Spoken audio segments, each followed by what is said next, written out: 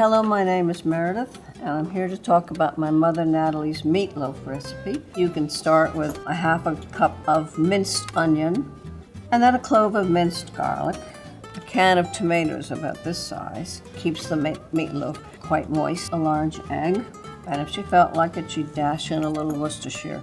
And then the meat was either 2 pounds of ground beef or it was meatloaf mixture, and they would have some pork and veal into it. And then comes the unusual thing. There'd be a big box of Wheaties. She would reach into it and crush it like this with her hands, and then throw it into the big bowl of meat and mush it into a loaf type thing. And then she'd put a lot of ketchup on the top of it.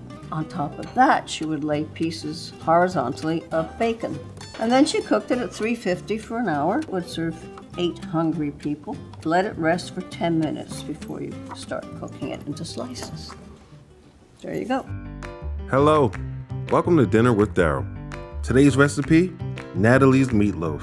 This should be a goodie. We're gonna start by mincing our onion. Into the bowl it goes. The same thing with our garlic. What we wanna do is go through that and get a fine mince. Then we're gonna take our meatloaf mixture, put that into a bowl, add our canned tomatoes, and those canned tomatoes are going to add moisture when we go behind with our dry ingredients. Add a minced onion, some minced garlic, and begin to crush our Wheaties. And I gotta tell you, I was very skeptical about the Wheaties, but let's see how it turns out. 1 large egg,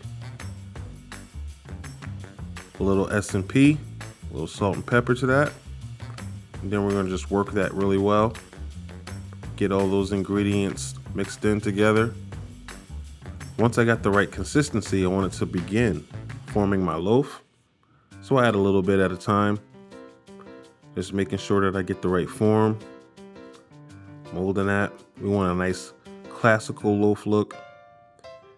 And then for a special surprise, we're gonna add a little bacon over the top. We wanna shingle that right over the top of that meatloaf. Make sure we don't have any gaps and spaces where there aren't bacon, because I know if I didn't get a piece of bacon, I would be very upset. We want to brush this with some ketchup. Now we noticed after watching this video that we went out of step with our bacon and our ketchup. The sugar in the ketchup started to burn, and we don't want that. The bacon being over the top of the ketchup kind of saves it and blocks it from the exposed heat in the oven, which makes the ketchup caramelize at a rapid rate. Into the oven we go for about an hour. We let that rest for 10 minutes and then we slice into it. See the consistency, we're looking for a nice, moist, slightly firm slice of meatloaf.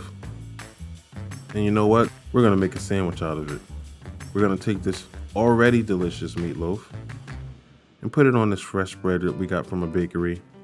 Add a little fresh mozzarella on there. I like to say mozzarella. And from there, we're gonna start adding our slices of meatloaf. Our bacon wrapped meatloaf.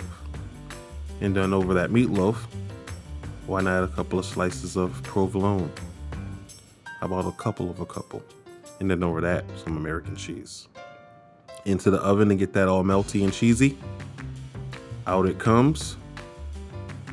Ooh, hot. Hot. Our ketchup.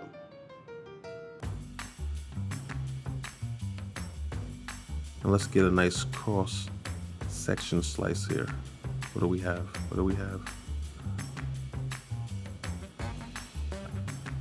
Bite. Yummy, hot, cheesy, gooey. Oh my God, that's delicious. That's something special.